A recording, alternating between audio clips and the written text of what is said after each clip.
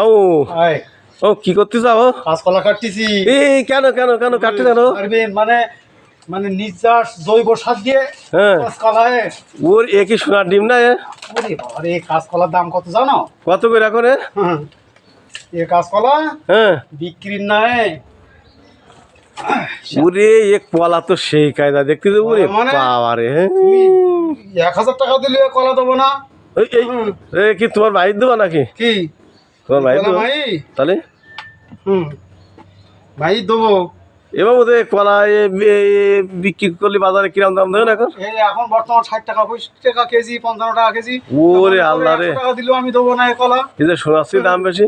আমার নিজের ক্ষেতের কলা তাই নিজের ক্ষেতের কলা, এ সম্পূর্ণ জৈব সার দিয়ে তৈরি, এতে কোনো সার প্রয়োগ না, বুঝলে?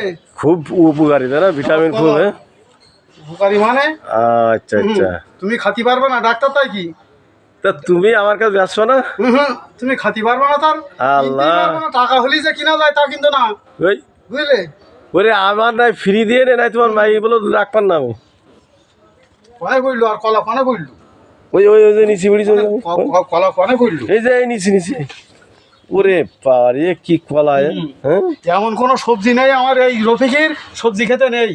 আসলে ভাই রফিক এখন আদর্শ চাষি হয়ে গেছে। দেখেন এখানে বিভিন্ন রকম লাগাইছে। বেগুন ওই 10 টাকা কিছু, এই বেগুন লাগাইছে, এই সবুজ শাক লাগাইছে, এই ওল, আবার এই মুখী কচু, ওই 10টা কচু, এই পাশে মান কচু।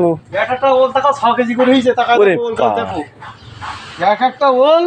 ওরে আল্লাহ রে, এই গাছের 6 কেজি ওল হয়েছে। ইলিশ মাছ, বুঝলি? ইলিশ মাছ লাগবে এতে। তো আসলে রফিক তো এইবারই করিবতি। বডিপাতি না, এটা হচ্ছে আমার ভালোবাসার জায়গা। আরে হলদি তো সে মাশাআল্লাহ হলদি আছে, ও হলদি গাছের পাতা পড়ে গেছে কি? আর ওই দেখো সিম গাছ। তাহলে তো বাজারে যাওয়া লাগবে না?